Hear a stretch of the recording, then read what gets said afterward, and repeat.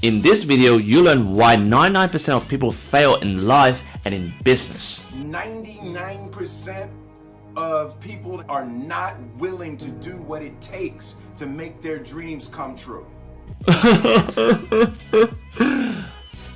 It has happened to me, and I want to teach you some lessons here.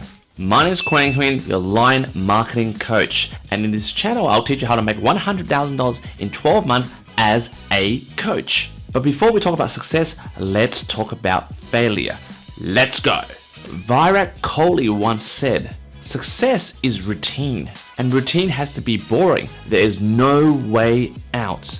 The reason why 99% of people fail in life and in business is that they get confused with two things: emotions and equations. And only 1% get this. And I'll make sure you get this today because you'll be that 1%. You see, every decision in your life, past, present, or future, even the most trivial thing about life, should I watch TV that everyone talks about all day?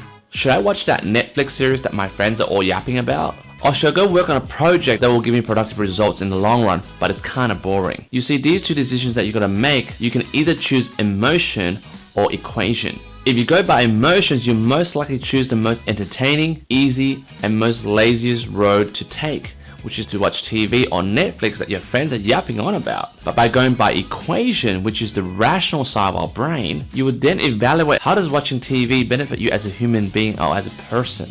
How does that further your growth? You would then ask yourself that maybe that project that you always wanted to do but you have put off because it's kind of boring, maybe I should take that up, because rationally through the thought process of equation, not emotion, you can deduct that by doing the project and not watching TV, you're getting a longer lasting benefit out of it. Try to practice this before every decision you make. Is it an emotional response or equational response? Is it an emotional response or a rational response? And over time, I promise you, it will become a very natural process. For example, the COVID-19 crisis. Should I stay at home and Netflix and chill? Or should I stay at home, study, and upskill? If you can't provide yourself with a satisfactory answer when it comes to doing something that's fun, entertaining, and kind of a waste of time, then you're going by emotions. And I know it's a kind of hard decision to make, but when you do a cost-benefit analysis of it, and when you get into your equation mind, when you deduct the maths of putting your time and energy towards something that's purposeful versus something that's kind of entertaining, but it's gonna make you zombie brain, that decision process gets easier. And you start choosing the path that you probably originally thought was boring, lifeless, unexciting at first, but in the long run, when you go through your equation mind, thinking about the long-term benefits from it, you'll start finding that easy, entertaining, and exciting because you're looking at the long-term goal. You're no longer pulled away by short-term gains and short-term emotional releases. You gotta remember, guys, life is a competition between short-term goals and long-term goals, short-term gains and long-term gains. The successful, the 1%, choose the long-term gains and the long-term goals. And another thing I want to add is, guys, success and failure really depends on how you define it. Yes, define it.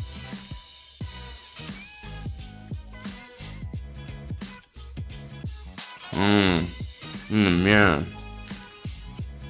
Definition of a success is, it really depends on you and how you define success for yourself. Like, for example, to me, success is not defined by a rule of thumb or how society has defined success. Like, a successful person isn't a cookie cutter person who has achieved X, Y, and Z, or owns this, that, and that.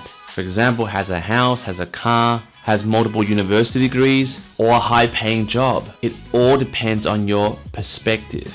I mean, at the end of the day, success is what really makes you happy. However, you should apply the emotion and equation philosophy when making decisions in what makes you happy and successful in life. To give you an example of myself, I used to run a finance company that was running for 10 years. And that was doing really successful. However, I didn't find a lot of value in what I was doing every day in my finance job.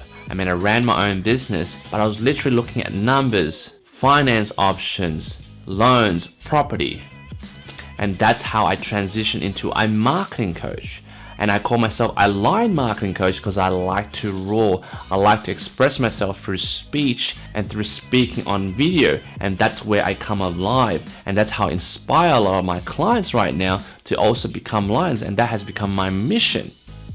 You see how that has shifted from being all about numbers to to being about spreading a message of your inner voice. And that's what success looks like to me. For example, the Dalai Lama versus Bill Gates. Both of them are happy and successful in their own ways. The Dalai Lama doesn't own anything, but he's really happy and successful in what he does, in spreading peace and compassion, while Bill Gates has much more money than the Dalai Lama.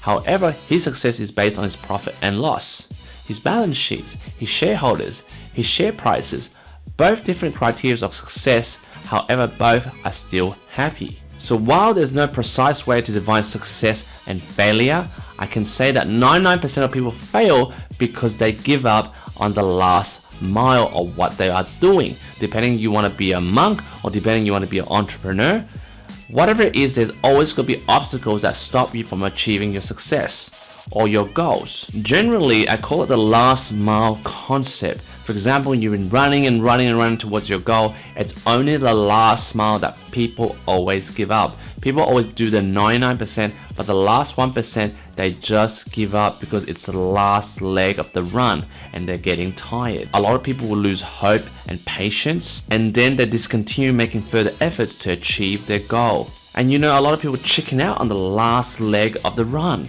And therefore, such an attitude results in failure. It isn't about failure because they reached the end of the goal and they didn't get the results they wanted. It's because they decided to quit before achieving the goal. That decision to quit is called your personal failure, because you couldn't keep a promise with yourself and you couldn't do what you told yourself you're supposed to do. I really love your comments on why you think 99% of people fail. Let me know your thoughts on what you thought about what I just said in the comments below. If you like this video, please hit subscribe, notification bell, and give me a like if you like what I just shared with you. I would love to hear your comments, and if you do comment, I'd love to put your comment in my next video so that I can applaud you for staying to the end and watching this video and giving me your time in terms of watching this channel. My name is Quang Huynh, your lion marketing coach. Remember, we're all lions in this digital jungle. It's just some of us have forgotten our roar. I'll catch you next time.